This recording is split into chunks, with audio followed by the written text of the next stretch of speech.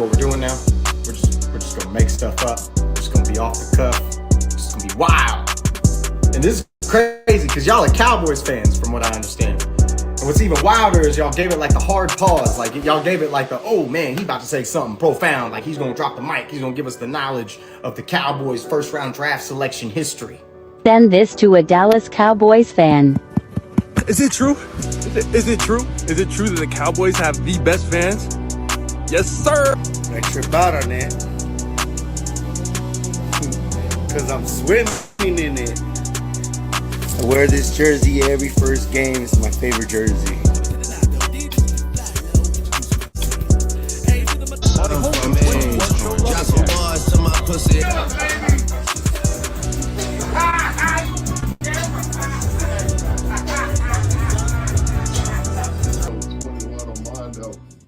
Came from El Paso. Go Cowboys!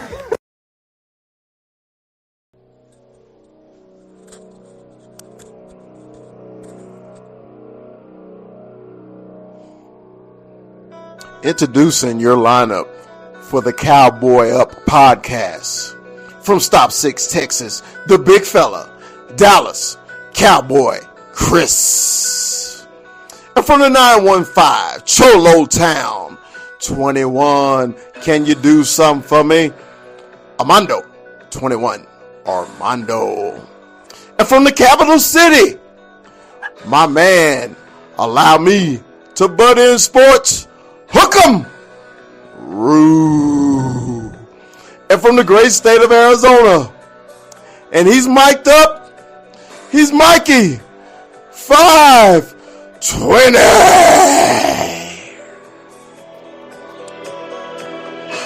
What's up? What's up? What's up? What's up?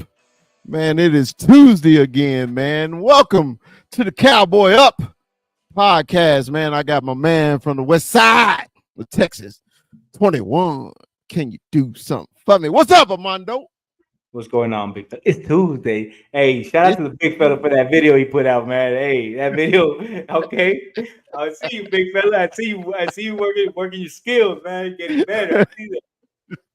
And my man, there he is, man, from the south side of Texas, man, the hill country down there in Austin, the capital city. My man, allow me to butt in sports. It's rude. I missed you guys, bro. It's been a hot minute, man. I feel like it's been forever. We had a little hiatus last week, and obviously I had duties the week before, but damn it, it's good to be back. It's good to see you guys.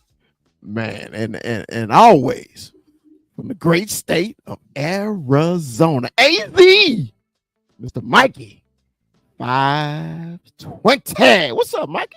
I know it's I hot want to as watch shit a bitch over go there. down the slide. I want the bitch go down the slide. Say, man, it was a trip. It was a trip. I was sitting there. I was on my lunch break, right? And something that movie just popped in my head, right? And then I kept singing Tuesday. So I was like, let me see if I can make me a quick little video, man, and see if the fellas like that, man. So I'm glad y'all appreciated it. Give yourself the standing O because it was beautiful. What's up? What's up? Ivan, what's up? Mike, what's going on, man? Hey, man, let me tell you, if y'all hadn't watched the conversation with Chris with me in Cowboy Corner, hey, man, it was wonderful, man. You know, when you find out about people other than their content, man, that shit's fire, man. So, you know, if y'all hadn't watched it, man, go back and check it out. We got many more guests coming up, man, this all season, man. Look forward to seeing them. But look here, man. Figure out who he was by a 23andMe. Shit. Yeah, that's great. There you go. That's what I was about to say, bro. That story, man. When I was watching it earlier, and I was like, man, that was a hell of a story right there, man. That was bad. Yeah. Hey, man, back-to-back guests, man. Mike and Cal. You know, Cal, I didn't know the dude actually authored a book. Okay, He's another homie. He's from my neck of the woods. You didn't even mention me. Dude, well, are you 100% Navajo? He's a Navajo homie. That's all I work with. So finding out he's 100%, he's an author, and then come up, Cowboy Corner with his story about his pops, man. That was all good, man. Conversation with Chris, gonna have a hiatus next week, but the week after, man, we got wonderful guests, and you see this guy, right here. You see this guy? He's coming up next too, because he got a story too. He got a story too.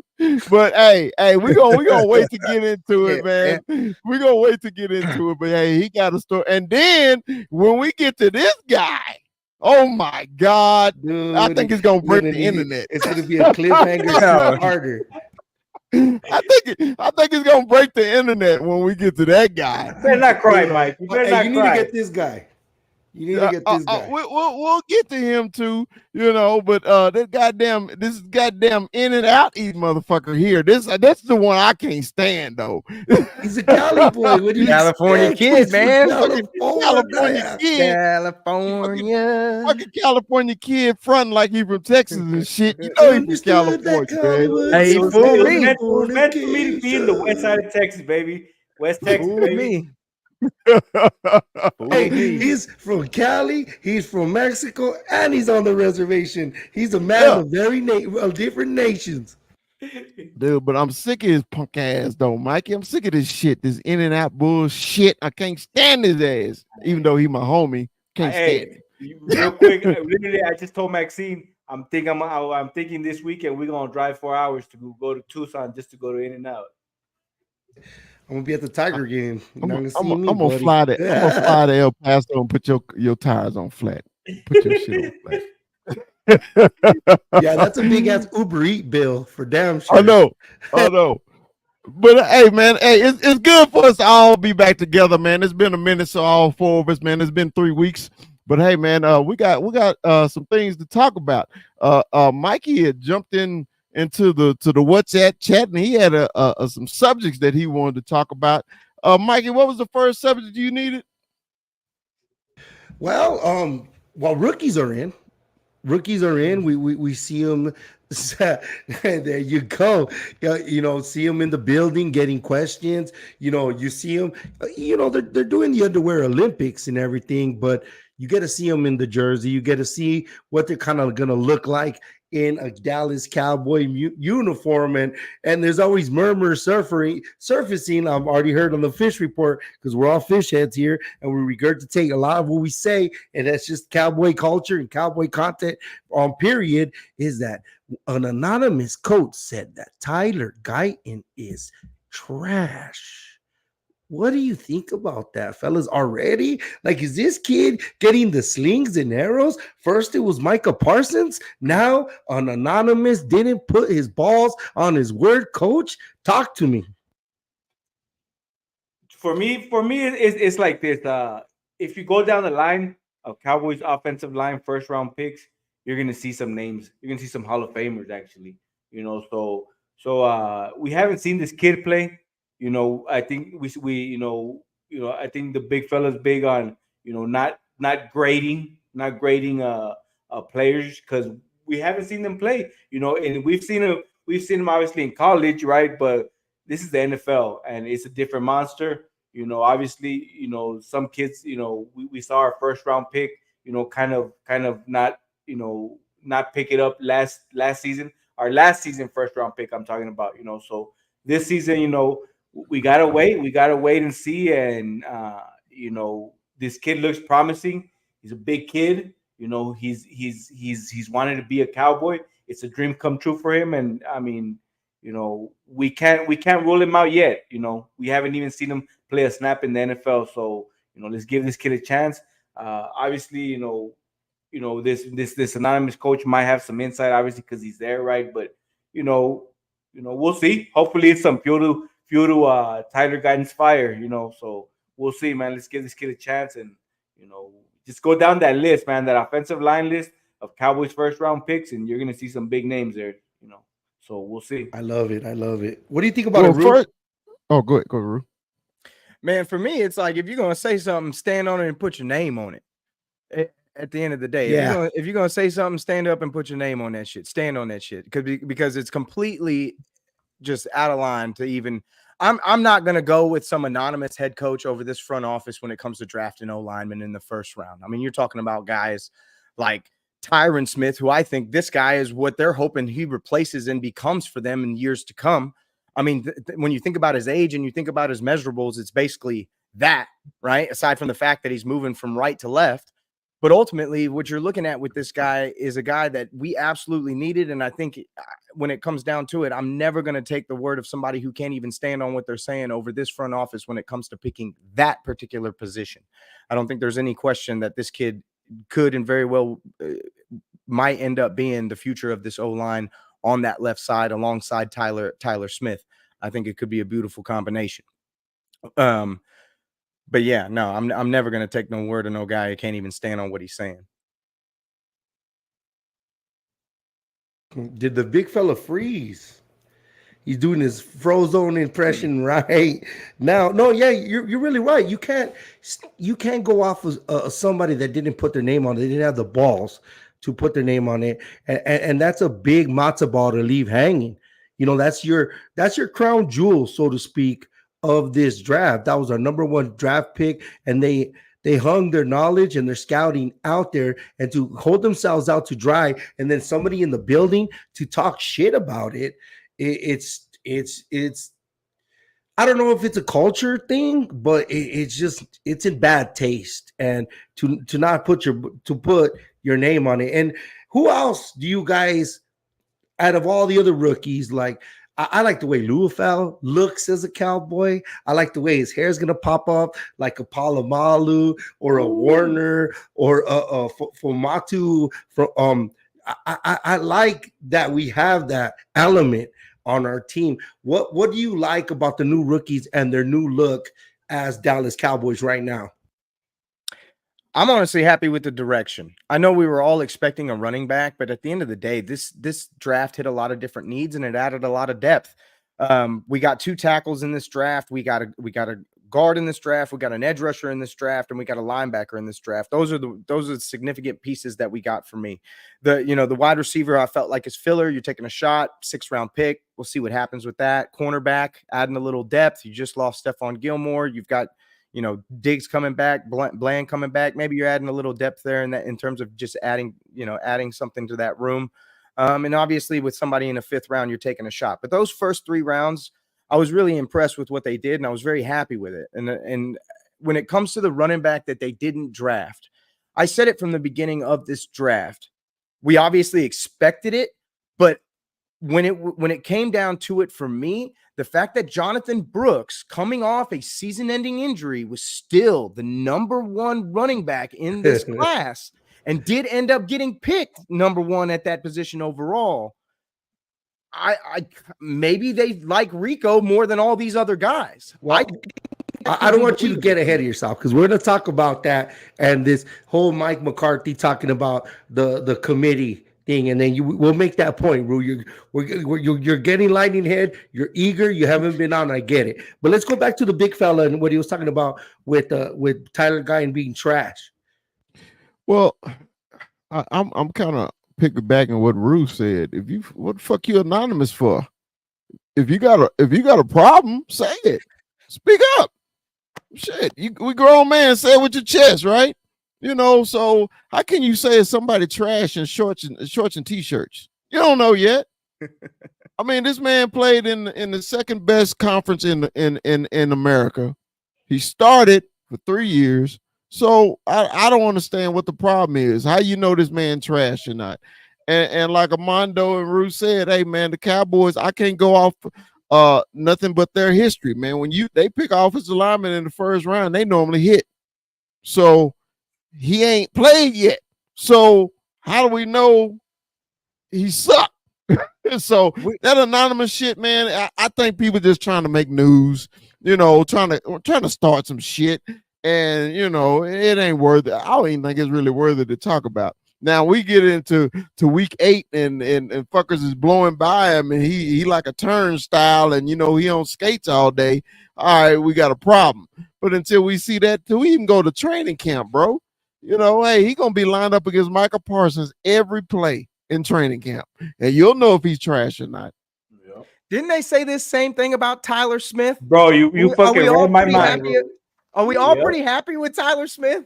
The kid out of Tulsa that they told us was really raw and very penalty prone and very aggressive. Yes. Had the most holding calls in NCAA his senior Pretty year. sure none of us are complaining about Tyler Smith. Not one bit. So Tyler Guyton, do not or Guyton, do not let us down. And something else that we were talking about, who do you like, aside from Guyton and all that news, who do you like how they look, Chris, as far as being in the building, having that jersey on, having that helmet on? Who did you like that you saw? And then what do you think about Keelan wearing 94? I know that touches some of y'all because we could have got a running back there, but that's neither here nor there. And I see we got 20 followers right now. Remember, press like, subscribe, like the Cowboy Up podcast. Give us some love. Well, first of all, St. Louis Joe is from fucking St. Louis. Quit saying aloha. Your ass is back on the mainland now. I see that shit. But welcome back. I'm jealous. I'm still jealous about that shit. He all on TikTok and all on Facebook. Hey, I'm in Hawaii. I don't give a shit. Anyway, back to answer your question.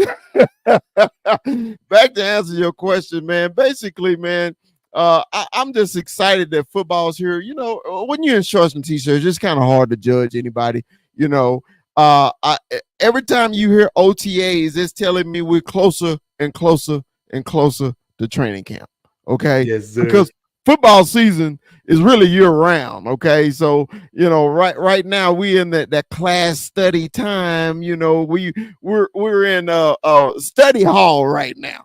Okay, so but pretty soon we're gonna get my coaches to say we're gonna put them elephant draws on and see who men. So we're gonna go out there and man, we're gonna play some football. So right now, man, really didn't nobody that I saw just be like, wow, but it was certain drills that I like, when the big fellas was on the balloons, doing the hand movement. It's a core drill, a balance drill. And I really appreciate it. I'm glad you got that insight. Everybody on the internet had it wrong. They were calling it the Jello things. They didn't even know what that. You were dead on. They're called the balloons. I'm sorry to interrupt, but just to let you know, we got inside knowledge from a real fucking lineman. Hey, man, it's just basically teaching balance, okay, and be powerful in your balance. Which muscles to use when you're blocking and everything like that. And I dug it. I watched. As football junkies as we are, man, we assume everything, any kind of content when it comes to the boys, we gonna watch it. So, for me, it's the T-shirt Olympics right now. It's kind of like the combine for me. What about you, Mondo? Anybody else catch your eye? The big thing we want to talk about is we want to say BB. This is the longest we've done it without saying it because we're all excited about it. But let's talk about it, bro. For me, I want to address this Cowboys Corner. He says, do we agree that I guess Tyler Guyton is a project player? What do you guys think about that? I mean, I think that I don't know. To me, he's more of a I think this O line is kind of a project. It's kind of that direction where we're gonna fix this O line and with Cooper Beebe and then now Tyler Guyton as well. But I'm hoping he's more of a plug-in player because we're definitely gonna need him. This season, right? So do you guys think he's a project player? Yeah.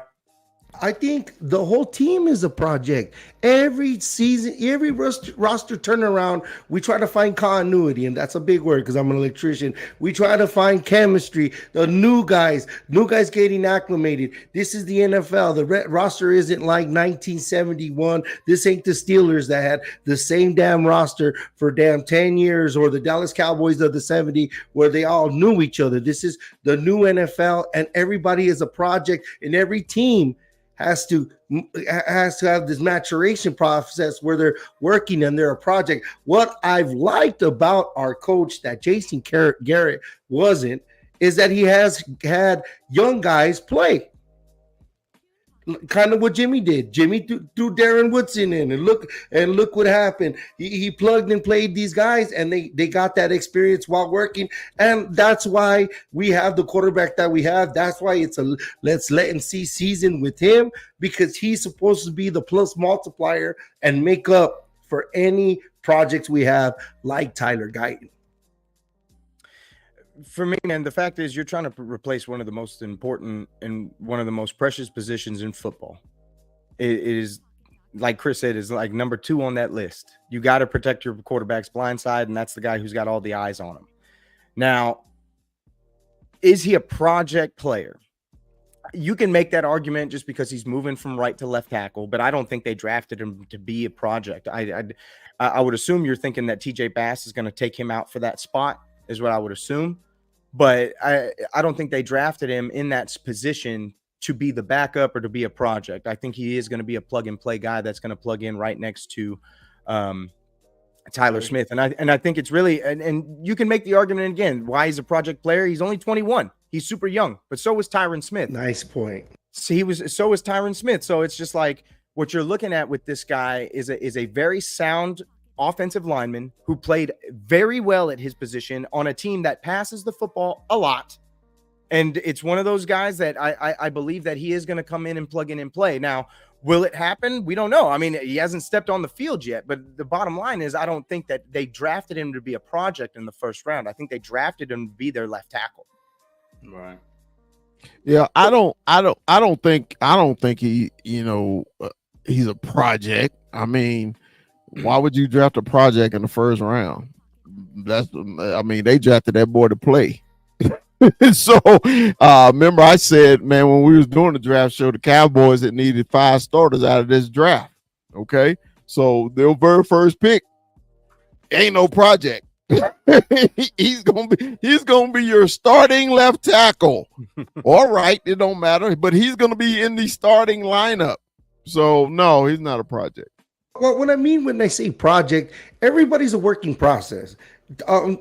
We'll say Tyron Smith was in Tyron Smith his first snap in his first game as a Dallas Cowboy. He was a starter. He's gonna have his growing phase. That's what I mean. I think Tyron Smith his rookie year was Tyron Smith his 5th year, because you got to remember this kid started at 16 years old at UCLA. I mean USC. 17. He started, okay, at 16. So, bro, hey, when he got to the league, man, he was only 20 years old, and it's just like he had been playing for years. So, hey, but we got a bunch of raw projects. Like Corner just said. It's a lot of people that's going to be raw. We're just hoping that the coaches develop them the proper way, so they can get on the field and produce. I mean, because we keep going back to last year. Our draft last year absolutely sucked because nobody produced. So we got to have. Go ahead, Ruth. Everything that's come out about Mozzie, though, we need to give him a break, because the fact is that man, that man lost 40 pounds in that short of amount of time. That's insane. That's hard to do, and to keep that weight off, that shows me discipline. I'm really hoping that Zimmer is going to get is going to show us something better out of that class, because you're absolutely right, Chris. That draft class was an absolute disaster in terms of what we got out of it as a whole compared to any other draft class, compared to the last few draft classes that we've had. That one was an absolute disaster. But for what we're giving criticism to Mozzie Smith for, I don't think it all fell on him. I think he was forced to do something that they shouldn't have done, and he was able to maintain it throughout the season. That shows a hell of a lot of discipline, man. To take off 40 pounds on a guy that size and to keep it off is absolutely insane. Yeah, man, I bought that TikTok cleanse, that 15-day cleanse, 15 pounds my ass, but that's bullshit. 40 though. 40? Shit. 40 pounds, man. That's a lot. Hey, that was a lot of weight, man. Because like I said, when I met Mozzie, and I was like, damn, he's kind of small, and I was just like, matter of fact, Y'all talk. I'm gonna try to get this video with me and my. But Chris standing next to you make peas of men. I'm a No, big dude. but I've stood next to professional athletes too, man, and these professional athletes were monsters. I look like a little boy next to them, you know. So a D tackle, man, you know, you would think they would be a lot bigger. And when I met him, I was like, man, this kid is small, you know. I'm like, he's blockable, you know, like Mikey, very blockable. So I'm like, you know, I was concerned. Sorry about the shot, Mike. I'm sorry. To me, I like what Mike Zimmer's coming out and saying. Like Mike Zimmer's pretty much saying, look, we're gonna this guy he's eating now. You know that they're beefing him up. You know, Mike Zimmer's working with him. I like it. You know, on that note, I like that Mike Zimmer's gonna be on the field with the guys. You know, he's not gonna be in the stands, right? Oh, and what was that in the press box, right? But battleship sunk. Battleship sunk. What was he implying? Was there anything implicit there, Mom? I don't know, man. I don't know, but I felt like it was shots fired. I know we messaged in the group, and I kind of put shots fired. You know, I thought it was a little shot to Mr. DC over there in DC or DQ in DC, right? But you know, from what Zimmer's doing with Mazi, I'm hoping it's something where it's like, okay, we're gonna beef up this dude, and maybe we get instead of a sophomore slump, we get like a sophomore, blow up or something with Mazi. All right, man. Let me show y'all. Let me show y'all this real quick. Let me show you this. This is Mazi. Let's go. Let's go. Thanks, I was standing next to him, right? I was like, I could block y'all look like Ken. He's probably your cousin. Probably so. Hey, your primo. I should have asked him, was he my cousin? Hold on, I got. Oh, this is the. Oh, I gotta do that. This is. I showed y'all the wrong one, but go ahead, finish. Go ahead, Mikey. Go ahead. No. With Mazi, he's gonna be a whole off season in this. He's the guy. There's rumblings about his mental health. Too, I don't know if you've heard about that, and dude, it's heavy as the head that wears the crown. So the Dallas Cowboys, being a Dallas Cowboy, period, there's a lot of pressure that comes with that and expectations. So calm the shit down with your expectations and calling this kid a bust. I just think he gets the collateral damage of what Taco Charlton and Chris has said that time and time again because of the Michigan tie-in and that's it. That's the biggest thing you could say. The kid, he got turned, but it's just the tricks of the trade that he ain't got. Not everybody's gonna be Aaron Donald or TJ Watt. Not everybody. Some of these kids got to learn to be professionals, and obviously Mazi Smith's gonna be one. Give this dude 2 more seasons until we call him Tristan Hill. Please. Dude, I hated Tristan Hill. I hated that motherfucker too. Hey, I think I got the picture. I think it was his face. You want? Hey, did he have that punchable face? Yes. He had the punchable face, huh? Hold on. Mazi, he didn't want to punch that face. He's going to give a kiss in the cheek. let me see if I can pull this up real quick. Because this is I got some new Mike Zimmers. Look, here's my Mike Zimmers. I see it. All right. Now this is when I met Mazi in the off season. Does he look like a defensive tackle to you?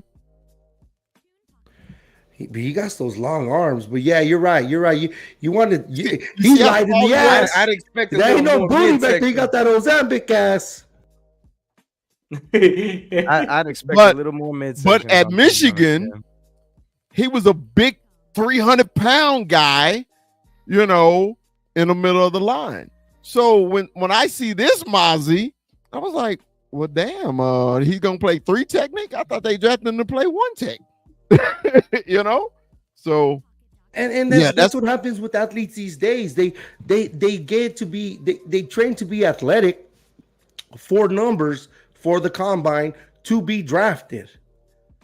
Mm-hmm. And I don't want to say that we got duped by his numbers and his freakish athletic ability, but it's just the way he was used at Michigan. He didn't put up those numbers, so he probably overcompensated to put up those other numbers to be drafted as high as he was. So that's yet to be seen. He just needs to eat something, give him some biscuits and gravy or some shit. The crab legs was free at Michigan. Yeah, hey, but what's funny? Hey, that first round contract supplement that free crab legs. You know, he ain't no Jameis Winston. You know, and it's hard to get crab in Michigan. You know, they landlocked up north. I'm about to say. Dude. So rookie mini cap everything. So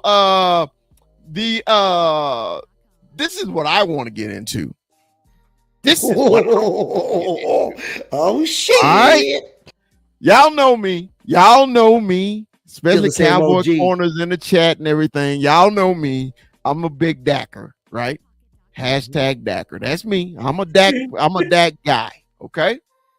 Jared Goff just got paid. He got paid. He just got paid. Okay. So you telling me Jared Goff is better than Dak Prescott? If you saying yes, you can lie. Don't lie. Just don't do it to try to support your argument. Tell the truth. Tell the truth. Because the second place finisher in the MVP team will not sign him. But this guy, of course, he went to the championship game. He did. He went to the championship game, and they coached their ass for losing the game. Should have went to the Super Bowl. Okay. But he did go to the Super Bowl and lost it. Yeah, he went with the Rams. Yeah, he did. But they didn't trust him. So Detroit trust him, and they put faith in their quarterback, right? So Jared Goff, Rudy, you got the numbers on this joint? Wasn't the average of 50-something a year? He's just under, if I'm not mistaken, he's just under Joe Burrow and Lamar Jackson. He's third highest in the league. So he gets paid more than guys like Mahomes, obviously, Herbert, Dak, obviously, and then I mean there's some names up there that you can definitely shout out that he's getting paid more than. But I gotta pose this question to you. You don't think he deserved it? You don't think he had it? Yes, 100%. I think he deserved it 100%. I had no problem when I heard how much money he was getting. I had no issues at all. So, because I know this is the going rate for starting quarterbacks in the NFL. It's the going rate. I don't care how much, people count other folks' money, meaning NFL players, because they don't deserve this because they ain't done this. But then how can I come to your job and say, hey, you don't deserve this because you ain't sold that? If you done busted your ass and worked your ass off, you deserve it, right? So you got to remember, these guys have been playing quarterbacks probably since they was 8 years old.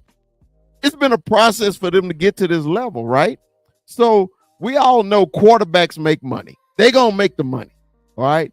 But what pisses me off is when you see Jared Goff easily get paid. If I'm Dak, I'm sitting there Now I'm gonna push back a little bit. Go ahead. Because they've been in negotiations since last year. Like this didn't just start. This has been going on for over a year that they've been negotiating with Jared Goff. Because they got him. I mean, let's be real. He was a throwaway. He was a throwaway from the Rams. The Rams threw him away to get Stafford, to get an established guy that they knew that they thought that they knew they could win with, which they did end up winning a Super Bowl. They did. But Jared Goff has really come into his own in these couple years, man. Jared Goff's numbers this year, he threw for over 4,500 yards. He had 30 tubs. I mean, and not to mention, he didn't turn the ball. He doesn't turn the ball over in the playoffs. Jared Goff's playoff record is 5-4. He's been to a Super Bowl. He's been to an NFC Championship game. And in those 9 games that he played in, he's only thrown 2 picks. So obviously he had some things go his way in New Orleans. We've seen that clip probably a million times by now. It's probably just drilled into your head as many times as you've freaking seen it. The non-call on the pass interference. Oh yeah. And then for what he did in this year, to get number 3, I'm with Chris. I love that just because people have to understand this cap's going to keep moving. This cap's going to keep going up, and to pay to be third in line in terms of quarterback money and have it be based off of contracts that happened 2 years ago with Joe Burrow. I think that's the most recent one. That's not a bad deal. That's not a bad deal for a guy who's obviously proven that he can win your division and that he can take you the distance in the playoffs. The money was justified in my head for what he got. Well, I'm not disputing what you're saying about the well-deserved and the contracts and the work. What I was saying, I'm happy he got the money. I'm happy for Dak that he got that money. Okay. Yes, That's what I'm saying, because the Rams threw him away because they thought he wasn't good enough to get over the hump. But all that dude does is continue to win games. He improved the Lions. Okay. The Lions got young, and they said, we're going to start with our young quarterback. We're going to get young receivers, young running back. We got a good offensive line. Their offensive line is There excellent. you go. There you Great go. Excellent offensive line. Okay. And dude, they just stuck to their game plan about punishing people. Okay. And that's why I was still mad at they head coach when they get up on the Niners and decide to stop playing. I was on that shit. But this is where, but when we're talking about this is where it comes into play, because Dak don't want 53 million. Dak wants 60. Oh yeah, Well, 60. And the highest paid right now is getting 55 with Joe Burrow. But The last time I checked. But Rue, Now they could have solved that shit last year, though, Rue. They And could have he wants solved to- it. and he wants You're preaching to the choir with that one, bro. And the crazy thing is, he's trying to reset the market, is what he's trying to do. is Jared Goff in this list? Is Jared Goff in this list? Oh, the top 10 list. Of He is not in this list. And you could say Dakota Prescott could be as high as, I'll say, 6th on this list after Joe Burrow. I don't know. CJ Stroud, I want to see him get off of his sophomore year. So Dak's gonna beg for more because of the disrespect and the shit that he's been shitted on, 15-day cleanse, shitted on this whole offseason and this last fucking season. So if I was him, yes, I would come for blood, and yes, I would want more money and take Jerry to the cleaners once again after this great season he's going to have, because this is just disrespectful. Straight disrespect. No other free agent quarterback has gone to this point. His name is Kirk Cousins. So you're telling me the guy that ended second in at All Pro ever, freaking after that has been treated this way? I hope he takes him to the cleaners. And Jared Goff's not even on that list. So it sucks for us as fans. At the same time, the salary, and I think Jerry's playing us and doing this melodrama shit because the cap's going to go up 30% again next year. It's going to blow up next year too. And it's going to be able to cover our shit like nothing. So we'll see what happens. But and then we'll see what happens with Jamar too, and CD, and dominoes are going to fall. But another thing about Jared Goff, he has everything perfect around him. That line, who gets a contract first, CD or Dak?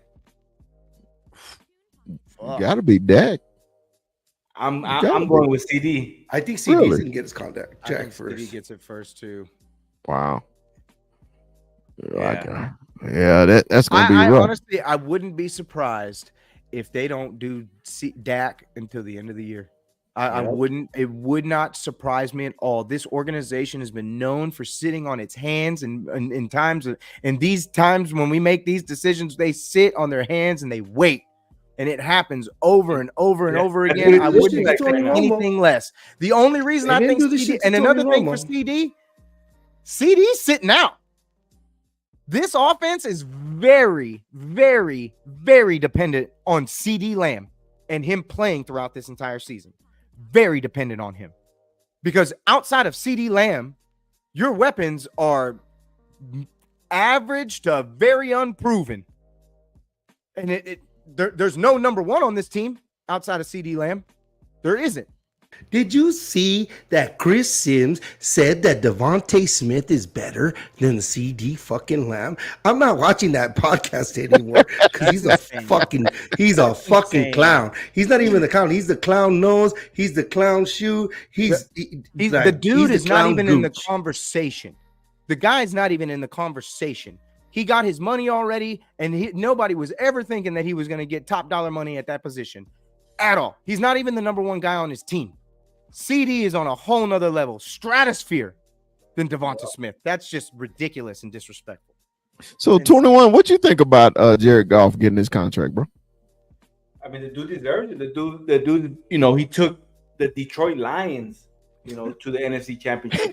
You know, the team that we had. The way you say it that way, he took a team that we hadn't mentioned in years to the NFC Championship. So this man deserves his contract. Now, is he better than Dak?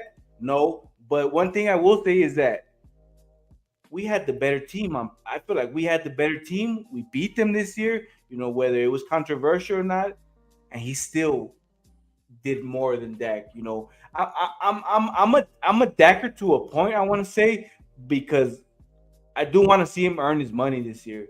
You know, I want to see him get paid. That's the best quarterback, you know, for our roster right now. But I want this man to, you know, I'm tired of a regular season good quarterback. I need a playoff quarterback. But that has a lot to do with our coaching, man. This dude is the man, bro. Watch these games. Go back to YouTube. Watch this man operate. Like it's crazy how our memory is short. He was not pinpoint, but he was. There was points in the season where he was great. Now, time out. And what fell short is this running game. So let's segue this running game forward. Let's go into what Mike McCarthy said about our running game, because that's the difference right now between Dak Prescott and Jared Goff. Is he has a great line and he has running backs to tote the ball. And what did they say this weekend? What did Mike McCarthy say? Oh, that it was going to be by committee. He said it was going to be running back by committee. I mean, we should have assumed that already about the running backs we have. Because as soon as they signed Zeke, I said, man, that's not guaranteed that Zeke is going to be your starting running back. I said that. Pretty much said that Zeke wasn't going to be the starter. Yeah. So, this is a passing offense. This is not a running football team. Mike McCarthy has never been a running football coach ever. Thank you, Rue. Ever. Thank you, Rue. He's never been a running football coach. Not when he had Amon Green, not when he had Aaron Jones, not when he had it did not matter who was in that backfield. He has never been a running head coach ever. So this doesn't surprise me at all. Who was the fat one? The fat one from Alabama? He ate himself. Eddie Lacy. Eddie Lacy. There's nothing about Mike McCarthy, but I gotta push back just a little bit more on Jared Goff. Are we saying that Dan Campbell is a better coach than Super Bowl winning head coach Mike McCarthy? Dan Campbell's the reason they're not in the fucking Super Bowl. Dan Campbell's the biggest idiot. I think they should have won against the Niners. We all know that. Because I mean, you can't tell me Dak and it's coaching, and in the same breath talking about the other guy and it's everybody around him. Well, what about his coaching? His coaching is unproven and young at that. I mean, he's a player. He used to play and all that other stuff, but he hasn't been a coach that long. Look, this is my only thing with where this whole thing is really about in terms of what we're looking at for Dak Prescott and his money. When you look at, and if we just keep it in the wheelhouse of Jared Goff and Dak Prescott, when you look at playoff resumes, Jared Goff runs away with it. Jared Goff has way more stats and way better numbers in the postseason, than Dak Prescott. And they got drafted in the same year. They're within like 1,000 yards of each other in terms of total yards. Like they're within, like, I think Dak's got him by like 15 in touchdowns, and they're pretty close on interceptions. So when we're looking at it as a whole, I mean, we're going to sit here and say that Dak hasn't had tools around him his entire career up until these last couple seasons. We can't say that. And I know we can't say that about Jared Goff, because I know he had some weapons around him. I know he had some 5-star defenses around him. But ultimately, these guys, their paths aren't that different. And when it comes to the postseason, Same Jared draft. really has him beat. Jared has him beat in every aspect. So when it boils down to, for me, is I understand why they're not trying to lock themselves into this big long-term deal, because maybe they're going to be like, hey, go test the market, Dak. Go see what you bring. I don't believe the league would pay him to be the top paid quarterback in the league unless it's a desperate organization. I don't see it happening. I don't. I think he would get a contract around this level because that's what I believe that he should be getting with what he's done on the field. You got your payday. Now let me do what I can do with this team and work with me here. It's not like you're going to get paid Detroit. Even if they got the same money, you're the quarterback of the motherfucking Dallas goddamn Cowboys. Boom. This is different level shit here. And when it really mattered, brother, you didn't show up and you didn't win. I can make the argument that he's gotten worse, not better, in the postseason. In the postseason, well, obviously. Postseason. Postseason, yes. Because he's a pillar. 3-12 win season is straight up the same since he signed his last contract. Yes, I agree with that completely. But you can't just snooze on that. You can't. You cannot. The regular season, you mean? I know, but you just can't. You can't just throw it away. And in the matter of that, he's won these games. You can't throw it away. It's hard to win 12 games 3 years in a row. That's hard to freaking do. There's franchises and one season that are he well threw under 17 interceptions. There's franchises that are over 100 games, under 500 shots fired at the Raiders. Boom, boom. Over the last 20 years. So I get it. It's hard to win 12 games in a row. It's hard, or 12 games in a season, year after year after year. But damn it, man, the playoff performances have to reflect what you do throughout the regular season. And we haven't gotten that from Dak Prescott. We haven't. And those numbers in this Green Bay game, I don't want to hear that. I don't want to hear that. The game was long gone, far and away by then. We were never in that game from the beginning. And yes, everybody played a bad game. Offense, defense, coaching, Rue, you're on point, and you're feeding to the side of me where I was pissed and everything, and I'm having amnesia about it, and I get it because I've been watching YouTube and I've been watching the highlights, and I've been drinking the Kool-Aid again. Bro, they replayed it. Rue. I thank you, and I thank you, but are you I gotta be optimistic it, this Mike? next season. Are you sipping it or are you chugging it, Mike? Are you chugging that Kool-Aid again? Yeah. I never sipped nothing in my life, boy. I burned my mouth at that coffee. well, y'all know I'm the Dacker. Rue, everything you said was absolutely true. Absolutely true. All I'm saying is, as a Dak Prescott fan and as the quarterback of the Dallas Cowboys, I don't think it have to be a struggle for him to get paid.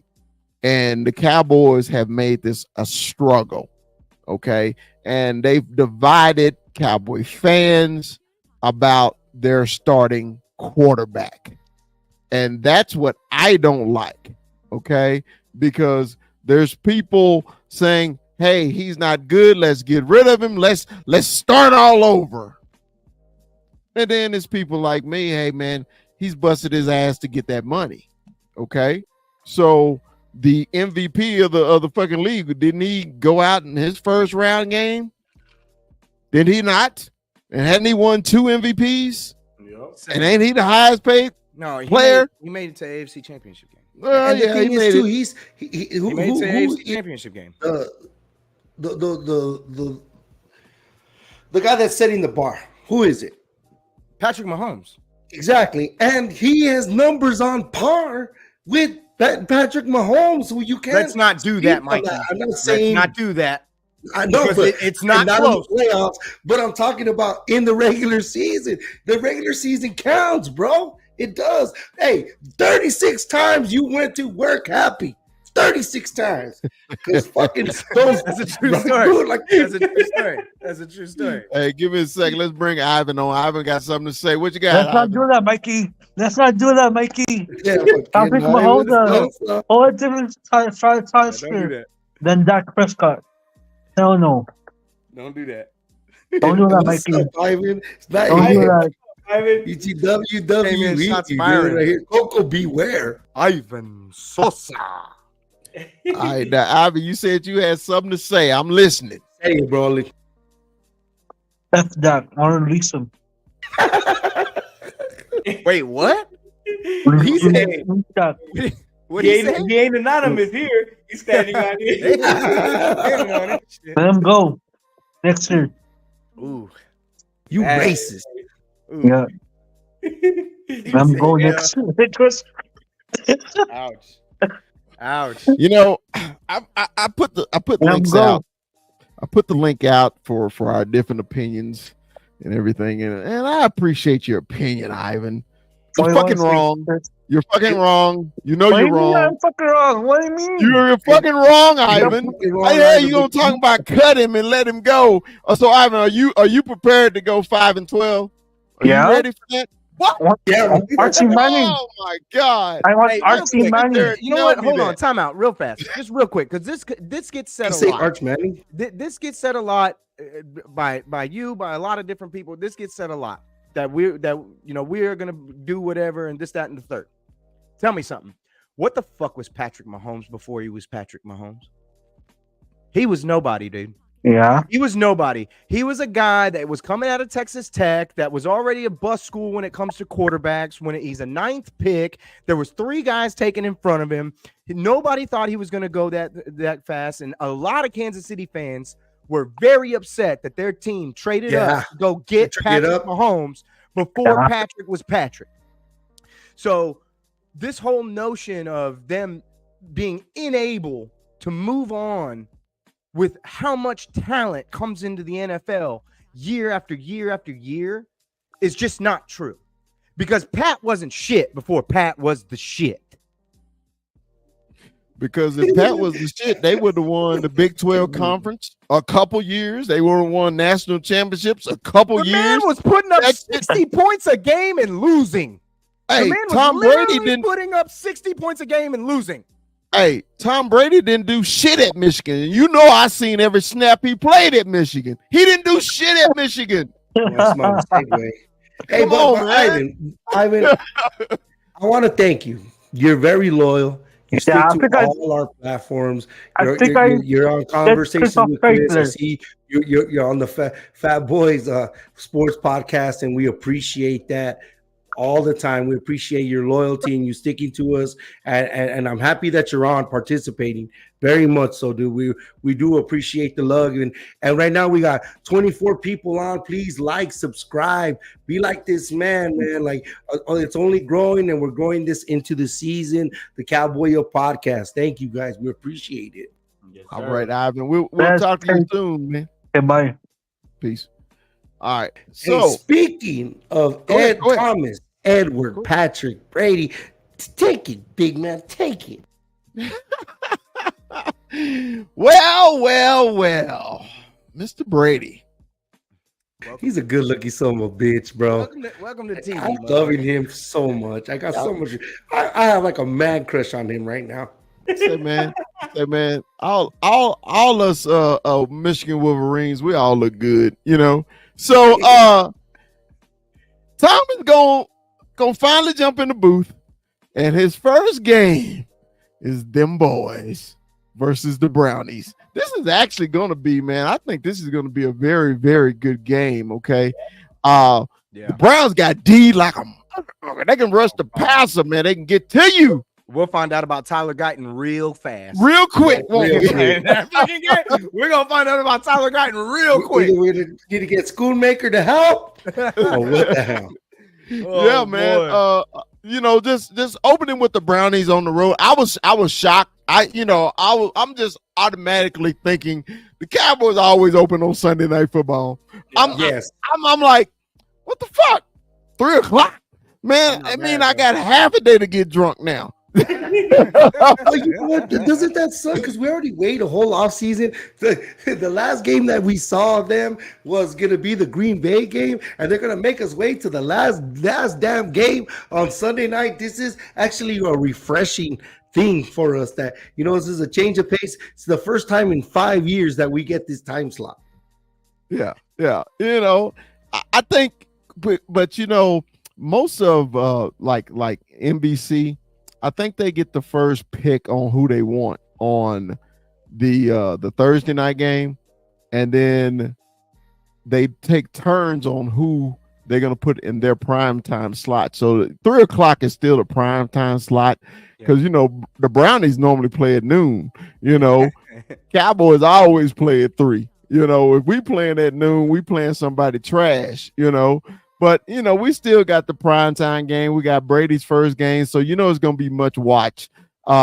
Just not only for the Cowboys, it's because Brady, that's his first game calling, you know, so it's gonna be exciting. But you know, but for the matchup itself, I'm excited because the Brownies is a good team. And the last time we played the Brownies, people forget the Brownies damn near rushed for 300 yards on us against three damn running backs had 100 yards on us in fucking AT&T. Chubb got hurt at halftime and shit. He had 120 at halftime. So, you know, hey, that's when everything coming full circle. That's when we see if Mozzie gonna put that weight back on because the Brownies are gonna pound the ball, and then it's Cooper is gonna want to show out. Yeah, he ain't played the Cowboys since they traded him. So you got Cooper there, you got the running game, and you got the Browns defense. This is gonna be a hell of a test for them Cowboys in week 1. Week 1, right off the rip.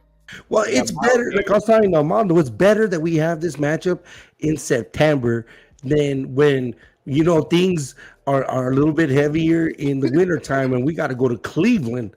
Yeah. In the frigid cold, because we got the North this year, and the North don't play. Yeah, last time we went to the North, that's the Dak year where we lost Dak. So it's good that we got one of these cold weather teams now on this side of the football season. Rue, what you think about the Cowboys opening with these Brownies? I'm so glad the game's not on prime time, dude. Like I always hate waiting so long. Like I hate it, dude. I'm like all day I'm watching bullshit I don't want to see. I want to see my guys on the damn TV, then I can mess with all these other fools. But they always make me wait. So it's just like, all right, I gotta live with it, I guess. But man, I'm with Mikey, bro. I sure as hell would rather play them in Cleveland in September rather than November, December. Forget that. Yeah. Yeah. Obviously, by then, who knows what's going to be left of their team. But, I mean, just based on what they did last year in terms of the injuries, man, it was absolutely brutal for them. But this team at full strength is a team to be reckoned with. It's a great test, and it's going to be really good to see what this young offensive line is going to look like against an elite pass rush and a guy like Myles Garrett and their front seven. Like, they're a force up front. And I think it's going to be a beautiful test for this offensive line, as young as it is, to see what we can do up against a real good competition in that aspect. And they're going to be on the road, so the pressure is going to be on for them. This O-line is going to be truly tested on that week, and it's going to be a real good gauge of where we're at least at the beginning of the season for us. 21, what you think about the Cowboys opening up with these Cleveland Brownies? I like it, bro. America's game of the week, you know, America's team. It's gonna be badass. You know, we got Tom Brady. I kind of want to see what he, you know, his debut. But you know, we all know kind of Brady was kind of you know, he had something. You know, he had a little bit of, you know, I don't know, like hatred maybe towards the Cowboys. I don't know if you guys saw the thing. You know, he's always gotten up against them. You know, the Cowboys actually put him out. You know, put him out in the pasture. You know, so. You know, it's gonna be great, you know, but again, it wouldn't be right if I wouldn't say I'm nervous, because this is a good team. This is a good team. We know it's gonna be a good team. The Browns, they've gotten better. I don't know who's their starting quarterback though. Deshaun Watson. Yeah. So wasn't he hurt all last year? Yeah, no, but he's back. He should be back. He got a massage. They massaged that out of him. He got that massage. He's good now. He's good. You talk about a quarterback got paid and ain't doing shit. Yeah. Boy. You want to talk about a quarterback got money? Deshaun Watson, is he better than Dak? Fuck no. I tell you this though, bro. They made Houston look like a freaking genius. Good God, man. Houston, man, we built that entire team off that. Hey, we got an invader. We got an invader here. We do. Oh my God. You I know who haven't seen he this is. son of a gun in a while. Hey, another member of the 915. Chuco There Town. he is, man. Representing. Take that shit to Juarez, bro. What the fuck? Hey, man. Hey, Armando, you need to kick his ass out of El Paso for wearing that bullshit. You know he a Texas guy. The day he came over to my crib with all his gear out there, I got rash. I got hives all over. I almost got swamped there at his hood. I was like, Louis, it's good to see you, man. What's happening, baby? nothing much, man. How about you guys? I'm seeing you guys. I'm seeing you guys. I hope you throw a like and subscribe with that C, man. Always. I do the support. You know me. Mondo knows me. I support. Chris knows me. Right. I thought I knew you. I don't even see you no more. What's up? It's been a while. So earlier you said you had some things to say. So we waiting on you. What did you have to say, man? That you had to invade the Cowboy Up podcast. What you got to say, man? I had to. Last time I know I didn't make it on time. You know, I was like, man, I need to jump in this for a little bit at least.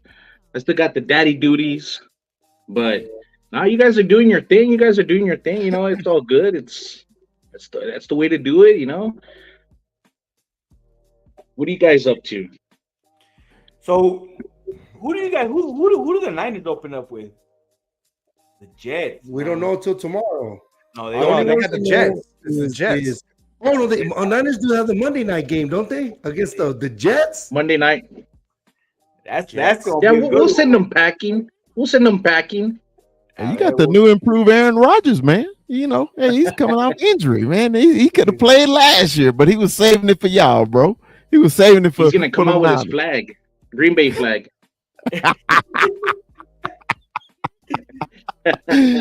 Hey man, hey. I know.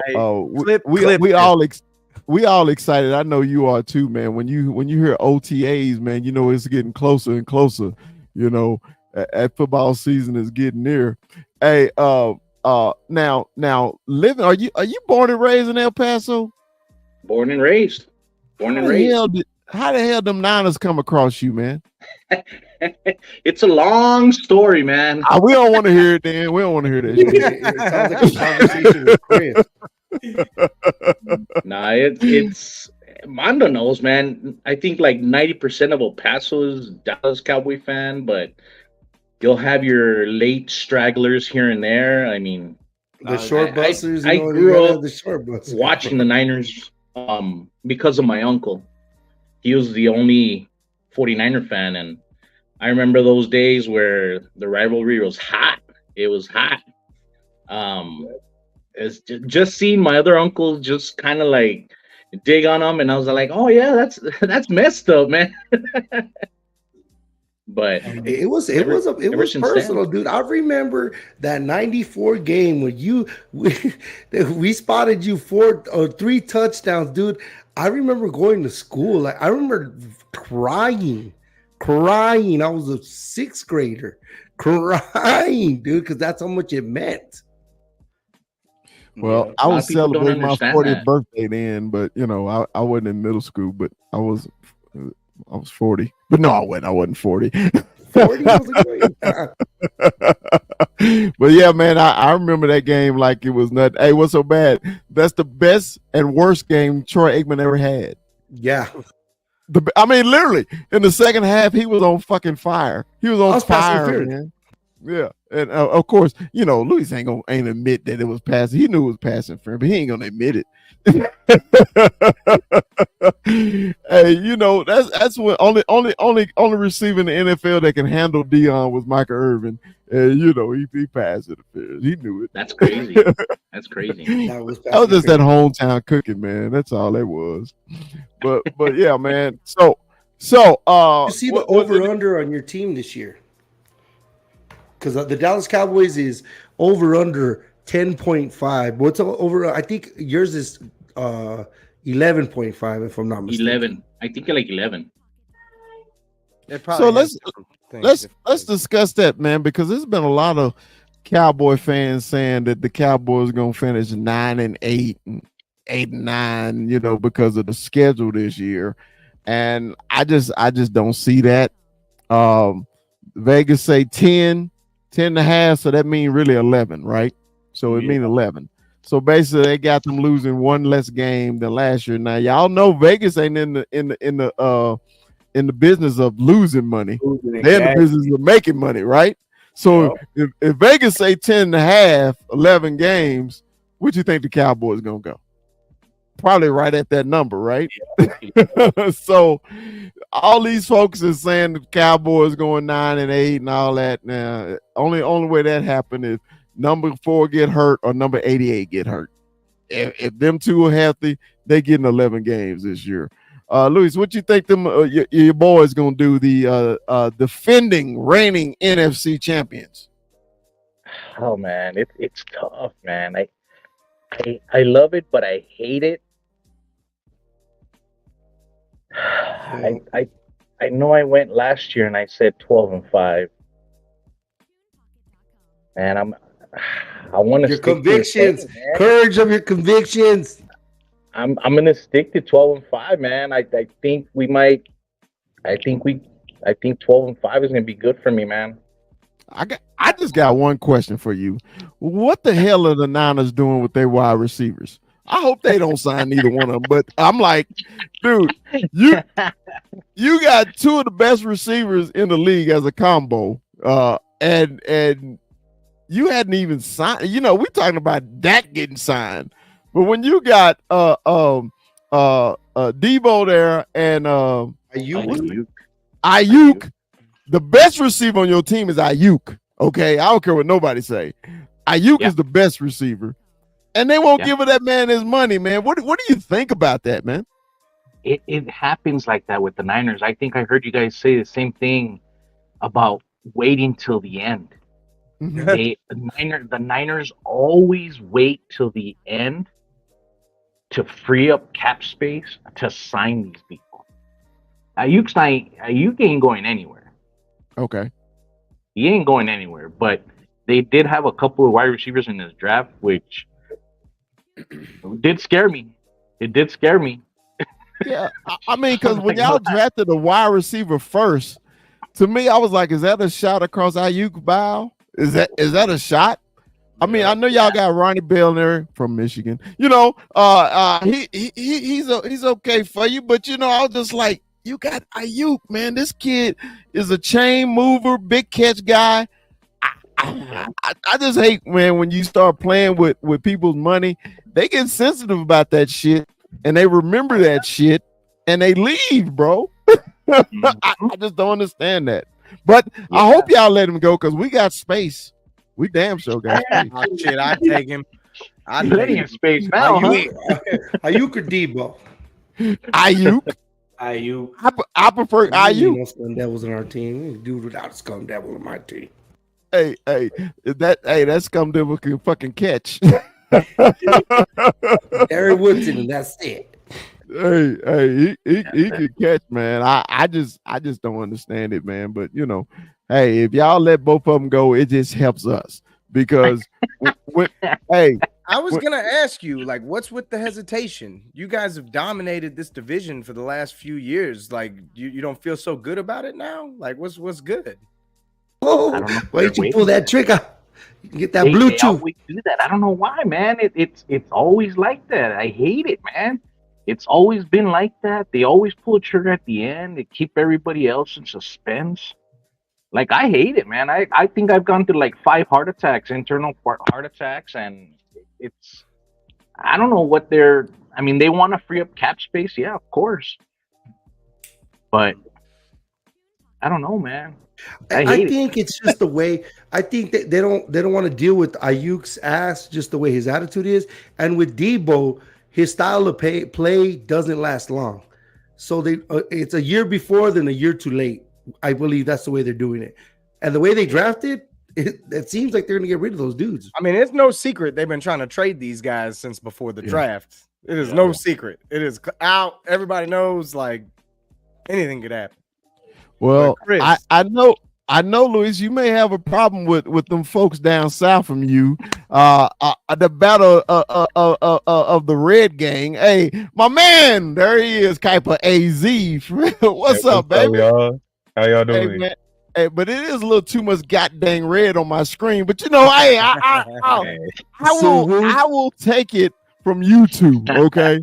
Because I got love for both of y'all, so I'll take it this week. You know, next week y'all put some white on or something. You know, to distract. And then he got that Tillman jersey, acting sneaky about it. Yeah. Hey, there he is. As an Arizona Wildcat motherfucker, Pat Tillman. I swear to God, I hated that motherfucker. Kai, what's up, baby? How you doing, man? How you feeling, man? Man, we're doing good. We're doing good over here. It's hot. It's too hot. Yes. So what's the over under with you guys? Like 6. Ooh, I'm just playing. I don't even know what it is. I don't know what it is. What do you think your over under should be? The Dallas Cowboys Vegas predicts 10.5, which honestly, considering everything we've lost, it's the same number as last year. And I think Vegas is usually right. And Vegas is respecting our schedule and respecting the Cowboys. But let me look up what the Cardinals over under is. What do you think it is? And what do you think it should be? I think 6 would be spot on for Vegas, but I still think we're a 8, 9, maybe even 10-win team. I still see us in that range. I don't see us at 6. Over. I've never ever suspected you of doing any drugs ever. But we gotta talk to your mama. But you guys gotta understand though, we beat 3 playoff teams last year. One of them happened to be who? The Cowboys. Hey, the Cowboys and the Eagles don't count. We took the shit. Our sweet sleep number bed was number 2. You got like last season, the Cardinals were just competitive in every aspect of football. Every single game, we never got blown out. Nothing like that. You know, this year Pittsburgh and kicked their ass when the Pittsburgh needed that win. Y'all went to Pittsburgh, kicked their ass. Yeah, I remember. Exactly. You had some good quality wins last year. You just couldn't stack them together though. Hey, see, Kyler was only there for 8 games. They didn't even have their quarterback either. Yeah, we 6.5. They have Kyler. Y'all are at 6.5. Damn, I just 6.5. I can't believe I was that close. 6.5. That's where you guys are at. I thought you were just joking. I was. No, you're joking. Like, I was just like throwing out a number. Like I Virgin is a degenerate. I am a degenerate. That is true. I am a degenerate. So it's not crazy that I guessed that close, but it is kind of crazy that I guessed that close. Hey, you know he takes off his gold teeth just to come off, and then when he comes back on, he puts his gold teeth back on. He made that shit up. I ain't got no goddamn gold teeth. Hey, he probably rolling on them slabs too. You know, he got them elbows down. His Texas tea is boiling. Yeah. He got them elbows rolling through Austin. That might happen. On a Jeep. All right, you two. I want to see inner division. What do you guys see with each other? I want to get a good little quarrel going. What do you guys think of each other? You go first, Luis. I mean, I have no ill intent with Arizona. I like Arizona, man. I like them and I hate them just because when Kyler was healthy, he would give a run. He would give us a run. I mean, we were always 50-50, 1-1. Yep. And I always hated playing with them, man, because it's like we're gonna lose because of Kyler and the movement, and we couldn't get used to adjusting him to coming out of the pocket. But I don't know. I think they're going to be at the bottom of the NFC West this year. Yeah, those Rams are something to mess with. What do you think, Papas? It's hard, man. It's hard to play against a super team like the Niners, and they got basically everything. I just think Seattle's going to be last in the division. I think Geno he took a step down last year. I think he keeps going down.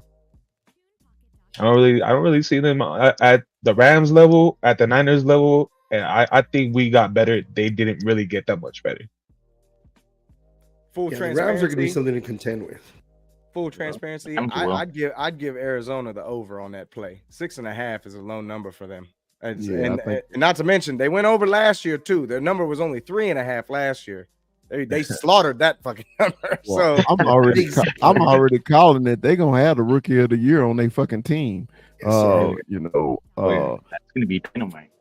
dude, that Which way? when you, who they Junior. Marvin Harrison Jr. Marvin Jr. Harrison Oh, Jr. okay, bro. okay. You were the draft show member? Yeah, no, With, I know. With a healthy Kyler Murray, they're gonna Oh, feed that boy the ball. They're gonna feed him the ball, man. It's gonna be him or So- Caleb. Yeah. Kyler loves throwing the ball up to his receivers too. He did it with D-Hop all the time. Just let him do his thing. Just yeeted the ball up for him. He loves to throw it up to his big bodies. Yeah. Oh, have you heard any rumors or anything who your season opening game is gonna be at Arizona? It's looking like it's gonna either be the Bears, maybe the Lions. Bears or Lions? Dude, either Bears, one would be Bears good. in Arizona, man. Those are both Two of the good. oldest franchises in the Yeah, league. and think about it. The oldest franchise in the fucking NFL is the Cardinals. Yeah. People didn't know that. Yeah. The Cardinals, Some year. the Cardinals is the oldest franchise in the NFL. And the fuckers still ain't got the Super Bowl. I'm sorry. You know what, man? We got bad ownership luck. Horrible ownership luck. Oof. Hey, don't talk to us about owners, bro. Don't even do that. Not on this show. No, you don't get to bitch about your owner on this fucking show. No. But your owner at least makes you guys relevant. I don't want to hear it. You don't get to do that on this show. Not on this show. When it comes to owners, we got Jerry to spends money. Bill Bidwell don't spend shit. Exactly. He's looking after his bag. He got him a new building. That was some years ago. was That was practical the field, first right? one that opened. I remember that shit came out. They were the All first right. ones to So, open that bitch. what do you think about the Cowboys? You guys, the Cowboys over under. It's at 10.5. What do you think it's gonna end up? Considering everything with Dak, what we've lost, we have a running back by committee, our draft and everything. You guys know because y'all got the D in your mouth all the time, obviously, and you guys talk to us. So talk to us. I ain't got no dentures. yet. I'm just playing. We love you. Go ahead, man. Yeah, I think 10's a good number. I think 10's right on there for you guys. You know, the Philly got their secondary right. Washington, they're a young fighting team. The Giants got probably, I think, is going to become the best defensive line in football. But you know, I still look at that offense and I see problems everywhere. You know, you guys are going to have rookies starting on at least two pieces of your offensive line. They're gonna struggle. They're gonna struggle, or they're gonna be great. You never know. But running back by committee in a offense where Dak has not been able to really carry the offense, I think that's gonna be the biggest problem. Hold on. No. The itty bitty what committee? No. Now, I'm on the under. I think we're a 10-win team. I'm on the under. But what you said is incorrect. Oh, you got rude. It won't be because of Dak, especially in the regular season. It will not be because of Dak. This team is very dependent on what happens with CeeDee Lamb. If CeeDee Lamb goes down, this offense is going to take a massive hit. And we're going to have to rely on CeeDee Lamb to carry this offense in a big way and to be that dynamic player that we saw him be last year. But this man threw for over 4,500 yards. We're not going to sit here and act like, you know, I might not be as high on the contract as some of the others here. But the bottom line is, man, this man has done his job in the regular season. He told everybody he was going to be single digits in interceptions last year. He did that. He told everybody he was going to lead the league and do what he's going to do. And he did that for the most part. I mean, he threw for 45, had 30 tubs. I mean, it's what 9 interceptions. It led the league in a lot of different areas with what he basically had last year. And the run game wasn't nothing to be like boastful about last season. Also, do I think Rico Dowdle can produce what Tony Pollard did for this offense last year? Yeah, because Mike McCarthy really doesn't run the ball. He's going to throw that rock. I really need these receivers to catch up. That's where I'm at. The question marks that you raise when it comes to how many wins, you spot on that. I mean, the O-line is young. We're limited on weapons. There's a lot of unproven pieces. But who's going to get me them 10 wins? That's going to come off the back of Dak Prescott. Yes, sir. And this defense is going to do its thing. But that's really going to come on the back of Dak Prescott. Not making mistakes, doing what he does throughout the regular season, putting up the yardage, putting up the touchdowns. It's going to fall on Dak Prescott. And that's why we be confident in the 10 wins. Anything above that's cake. You got something, Mondo, on that? No, I agree. I think that, this is what they're doing with Dak Prescott, letting him earn that contract, and that's going to be, if we're going to get that plus 10 wins, it's got to be off of Dak. And obviously this defense, with Mike Zimmer, it's something I guess we got to see too, So, but I'm with Rue. It's got to come off the back of Dak Prescott. These 10 plus wins. I'm saying 10 plus. I'm more on the 11 route. But so you take the over. The Vegas is saying the Cowboys are making the playoffs. Yeah, that's what they're saying. Of course. But the fact is, the question is, where are you at? The line is 10.5. To win this bet, you need 11 wins. Yeah. Is this team an 11 plus win team? Mondo, you saying yes? Yes. Yeah. I say yes. You say yes too, Mike? We're jumping the gun because we do have to look at the schedule. Because the schedule matters, and with the Cowboys, it matters just because of that November swing that we have every year, and the way those games are placed. We know who we're playing, though. Yeah, we know count the losses. Count the losses. I mean, if we're gonna do this, we have. But we're playing the North, and like how we said earlier, we're playing Cleveland in game 1. If we had Cleveland after Christmas, then we got a problem. Hey, don't tell me. You still gotta go into Baltimore. You still gotta go into Cincy. You still gotta go to Pittsburgh. Pittsburgh. There you go. Yeah, Pittsburgh, Baltimore, San Francisco. Our road games are Atlanta, Niners, Pittsburgh, Carolina, and the Brownies, and then of course the East.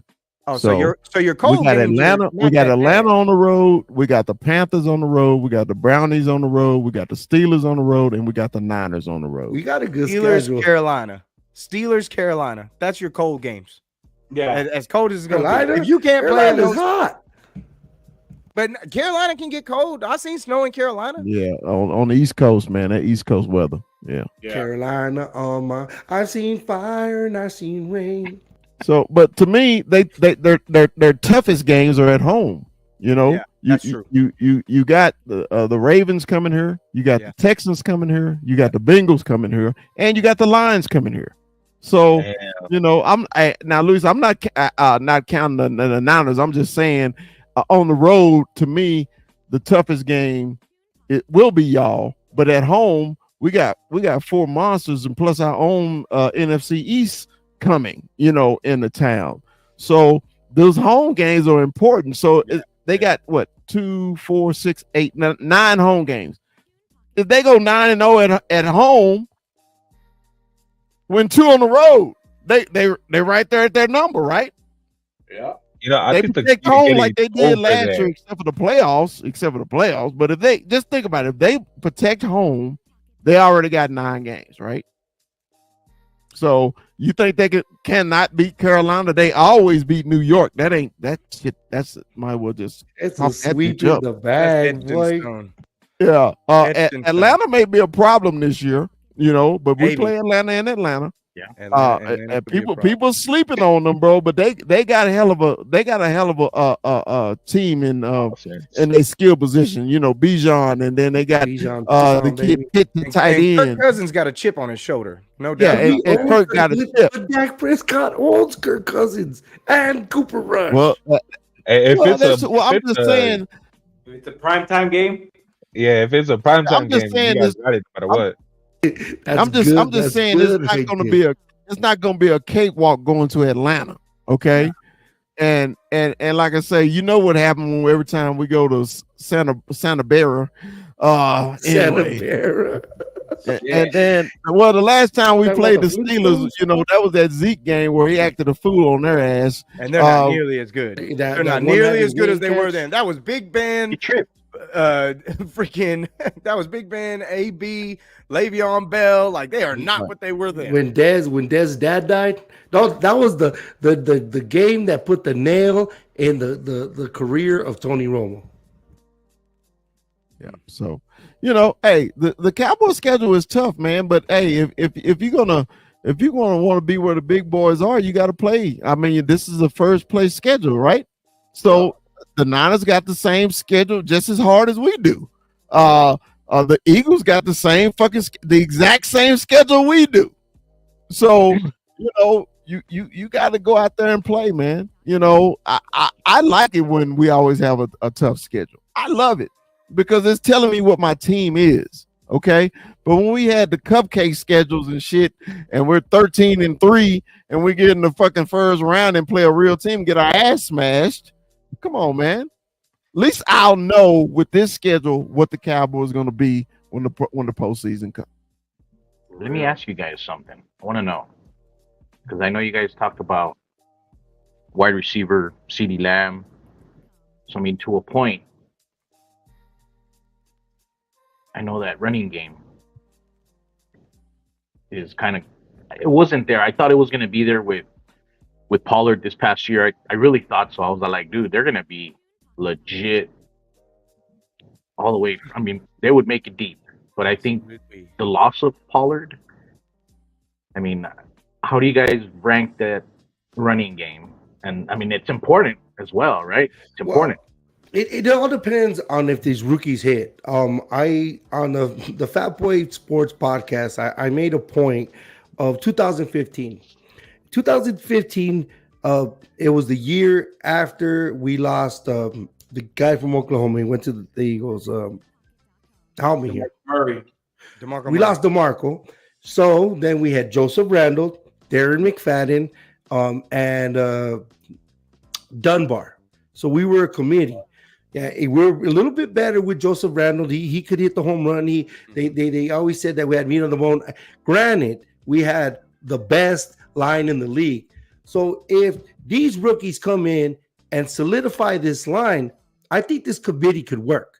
Because Darren McFadden, after I always say Joseph Randall got caught stealing a G-string and he got kicked off the team, but it was Cologne. Yes, I always say that shit.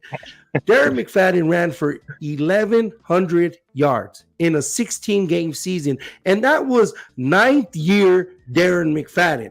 That was in first overall pick or first round pick. This was after the Raiders, and he got these yards. Is Zeke and Rico Dowdle better than that Darren McFadden? Fuck yeah. So if Cooper Beebe hits and if Guyton hits, we could have a running game. I think people are sleeping on Rico Dowdle. I like Rico. It's just him staying healthy. Yeah, he got to stay healthy. And you hit the nail on the head. That's the biggest thing with Rico. Can that ankle be good? Can he stay healthy? Because I really think Rico Dowdle is going to run away with this offense in terms of the run game. I think they're going to be relying a lot on Rico Dowdle. Obviously, they're going to use Zeke in situations.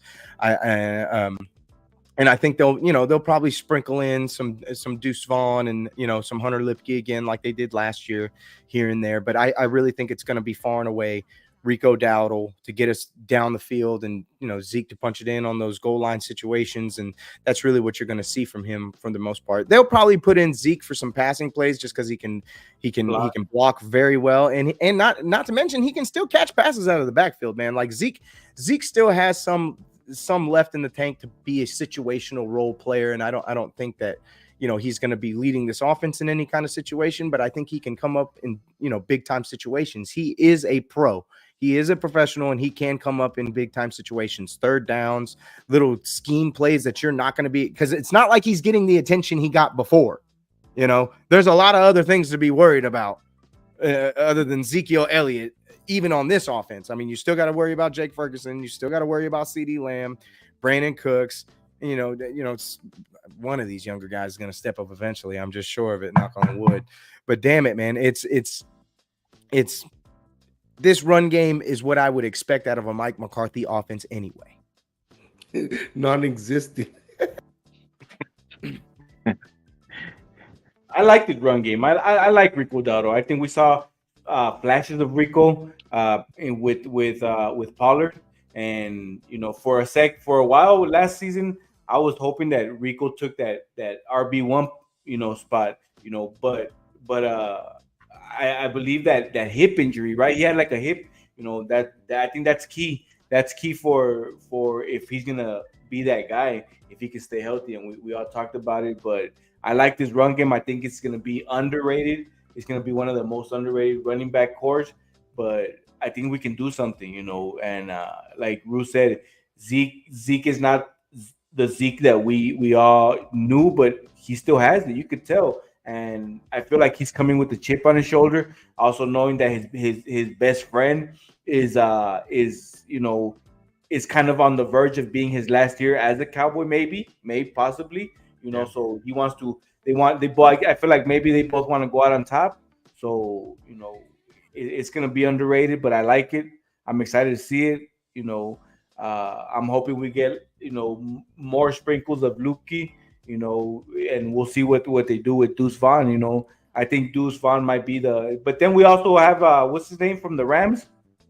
We got Freeman, we got Royce Freeman, we got Pete.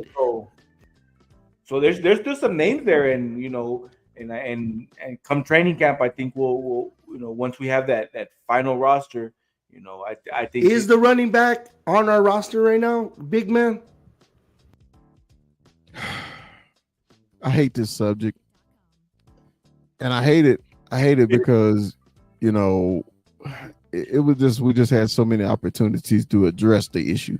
Yes, sir. But only thing I can say, and I'm gonna get off of it. If the Cowboys got a plan, I just got to be like, okay, let me see what the plan is, okay? Because I mean, apparently, he is. I mean, but then you got to also remember the old June 1st cuts. Also, we don't know who's cutting veterans. We don't know. Okay. So a lot of teams gonna be trying to save money in June, and we'll see then. So right now, the answer I can give you, Mikey, is I don't know. That's good for me because that leaves it in the air. We really don't. Instead of leaving it like a solid for sure thing. We don't know. Attrition is a real thing. Don't you agree? Yeah. This is football. So we're gonna need somebody. It's about how lucky you are, how healthy you are, and how much chemistry you get, and that's what makes us frustrated of our last teams because we have been healthy, and that's what pisses us off. Yeah, because that bug comes around. Hey, Luis, Kuiper, no, he didn't have his fucking quarterback the whole season. Okay. Tebow get hurt. Hey, you lose your quarterback in the preseason one year. You never know when the bug is going to get you. Okay, so Mike, I'm with you, man. We was too healthy for the last 3 years for us not to do shit for it, but hopefully we can remain healthy and we can go from there. So personally healthy. Yeah. So guys, let's do this, man. Final thoughts, man. Let's go with our guest first. Luis, man, thanks for joining us, man. And we sure appreciate you popping in from that 915. Even though you got an issue with the screen with all that red, you need to check the toner on your camera. Chicago Bulls fan too. Look at that shit. Yeah, where is Chicago? You are. Yeah, hey, he'll bandwagoner. Whoever was good at the time. That's what it was. He's house money. House money. MJ all day. Don't matter. He's the GOAT. But no, Luis, you got the final thoughts, baby. There you go, Andres. Appreciate you guys. You guys are awesome, man. I know I ain't got no problems with you guys at all. You know what I mean? I mean, we all have these little off fan bases. It's not only you guys. I know it's on our side, and hey, it is what it is. I appreciate you guys for having me on, man. I know I've been wanting to get on since last time, Chris, and I'm like, all right, Milo sent me a link, and I was like, you know what, let's do this. But no, I appreciate you guys, man. Much love for you guys. Say, man, you know you're always welcome. You know, we give each other shit just because you're the enemy. You know how I go. And right now you got one game up on us, and I don't like that shit. Hey, all-time record, the Cowboys and the Niners. The Niners 20 games, the Cowboys 19. 19. So that's how you can tell the teams are equal, both with 5 Super Bowls. Hey, we right there, but I need to get my lick back a couple more times. Damn it, I don't like. We that love shit. to hate you. I do love to hate you though. Louis, appreciate you joining us, man. Peace out. Later, Bubba. All right, Kite. My Plug man, our hey, show. Kite, I got one question for you, man. I when the season starts, I need you to do one thing, and I'm doing this live on the air. I want to do around the NFL segment with you, okay? Where you will have 10 to 15 minute segment, and we're gonna go around the NFL, and we're gonna talk about the games that week, okay?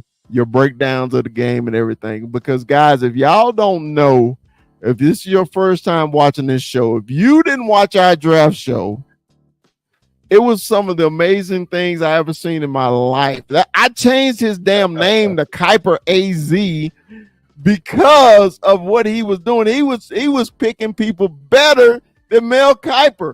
And we just like, Kiper ain't shit. We got the real thing right here. Kiper AZ. Todd.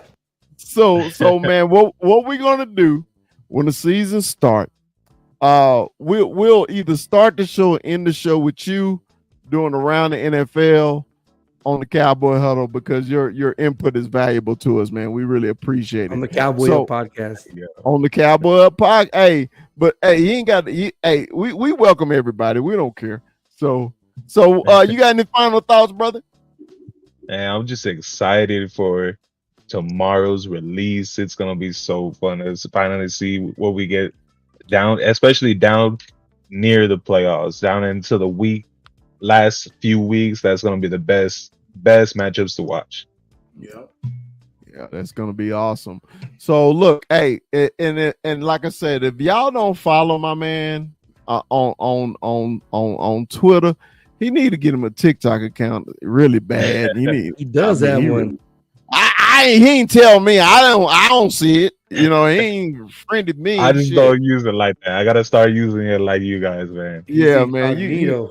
You got to, man. We appreciate you, bro. I appreciate you for jumping on, man. And I can't wait for the season to start, man. The around the league with Kuiper AZ. That's the name of the segment. There it appreciate is. that. Yeah. Oh, round and round, round and round. Yeah, we got to play that music when he come on too. Round and round.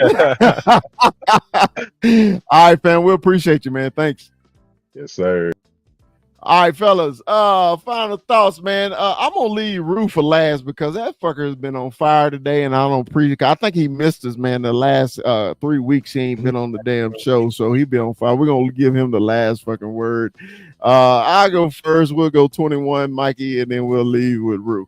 I want to piggyback Kite, man. I'm excited about tomorrow. I damn near pushed this show back for tomorrow, because you know when the schedule comes out. You know, because it gives us something to look for. We're also trying to plan a show trip and everything. At least we can get dates and everything to know what we're going to look at. We're going to try to do one on the road this year.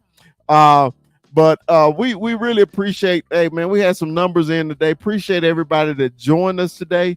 Like Mikey always reiterate, man, please like us, man, and subscribe. We're trying to get these numbers in. We're trying to put in the work in our OTAs. This is the Cowboy Up Podcast OTAs. All these months, man, before the season start, we're trying to get better for y'all. Okay?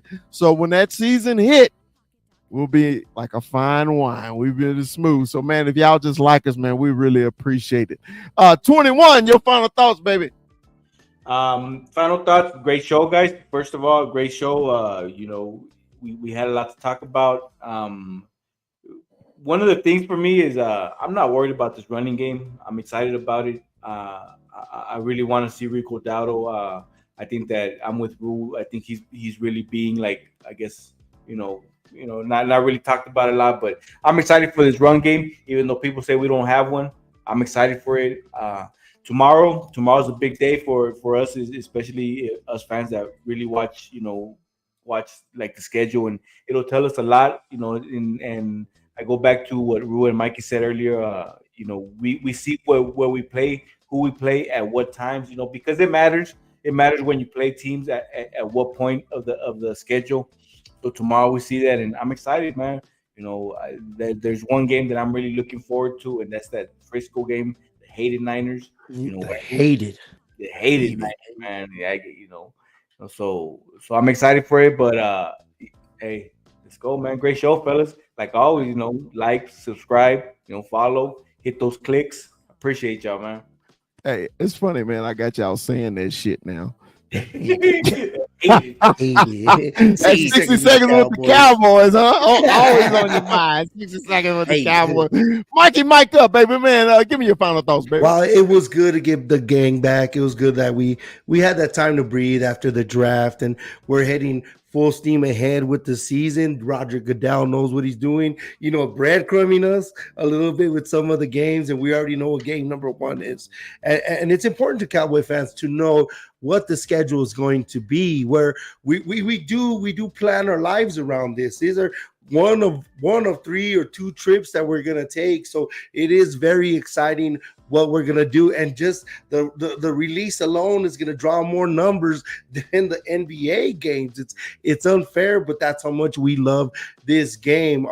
And then on Thursday you could get a reaction to it. You guys are more than welcome to join us on the Fat Boy Sports podcast with Kuiper AZ on there. We'll do a little roundup if you want to go in and have. I'll send you guys the link, and you guys could join us on the show, and we could touch base on it. It's all a part of the Cowboy Up Network, and we're doing it. Remember, go back, listen to Chris's conversation with Cowboy Corner and Mr. Yazzie the week before, because you know what, it's in depth. This is what we're doing. Like, subscribe, press the bell, tell your friends about us. All right, and my man from the south side of Texas with his final thoughts. We got Mr. Hookem himself. Go Stars, go Mavericks. Allow me to butt in sports. Give me your final thoughts, baby. Dallas all day, every day, baby. To my Mavericks, for the love of God, just wake up. I need you to win this game 5, please. For the love of God, man, like, just win this game 5 and let's take this thing home, bro. Like, this is crazy. To my Stars, bro, I love you, man. I love you. I'm 3-1. We're about to close that bitch out. And I'm happy as fuck about that shit. It is so nice. The only thing that's a bitch is that all of my games are at the exact same fucking time. So I have to put them both on at the fucking same time. But I guess it's nice because they over, at the same time too. So fuck it. I guess I gotta live with it. But final thoughts on the show, man. We had a great show, man. I can't even believe we went over an hour and 40 minutes. I didn't even realize it had been that long. It's absolutely insane. But you guys bring that heat. And you already know how we go, man. When we start talking about Dak and money, shit, we might not ever stop. So it is what it is. But man, honestly, for me, the wrap up is what it's been. This team, with all the question marks, there's a lot of things that are going to come to light. And I go back to that Cleveland matchup. It's a beautiful thing that we're really going to see this O-line get tested in week 1. They're really going to know what it's like to face a top defense in this league and get punched in the mouth on day 1. And I love that. I love that because it's going to show them what to do throughout the rest of the season. And it's a perfect benchmark for where they can start at, because that game is going to be a tough game for us. When it comes to everything else, I just hope that when it comes to the run game and when it comes to this team, that there truly is a plan in place, and that, we keep hearing murmurs of moves and things that they want to go pick up. And we know that this team picked up some strays last year. I'm sure it's going to happen again this year. I just want to know who it's going to be, because it's coming. It's going to happen. It's just where and what. So that's what I'm waiting on. All right. So look, big fella got announcements. I hadn't said this, but I've said it to them. A lot of people don't know this. The big fella is relocating again. Oh, dude, it's happening. It's happening. Oh my God. The big fella is heading out west to the hated San Francisco Bay. Wife got promoted again. Congratulations, man. So I will be in the enemy territory, so y'all help me out. Better not turn into no hippie. Come on, man. I'm already hippie. I got locks. Yeah.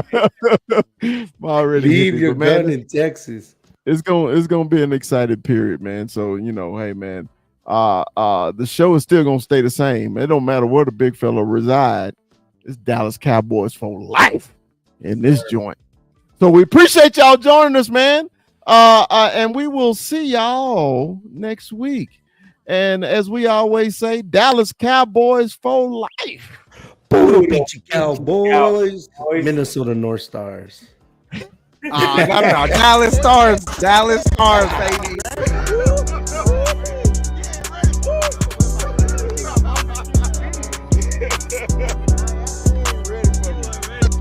This is what we're doing now. We're just gonna make stuff up. We're just gonna be off the cuff. It's just gonna be wild. And this is crazy because y'all are Cowboys fans, from what I understand. And what's even wilder is y'all gave it like the hard pause. Like y'all gave it like the, oh man, he about to say something profound. Like he's gonna drop the mic. He's gonna give us the knowledge of the Cowboys' first round draft selection history. Send this to a Dallas Cowboys fan. Is it true? Is it true? Is it true that the Cowboys have the best fans? Yes, sir. I trip out on it. Because I'm swimming in it. I wear this jersey every first game. It's my favorite jersey.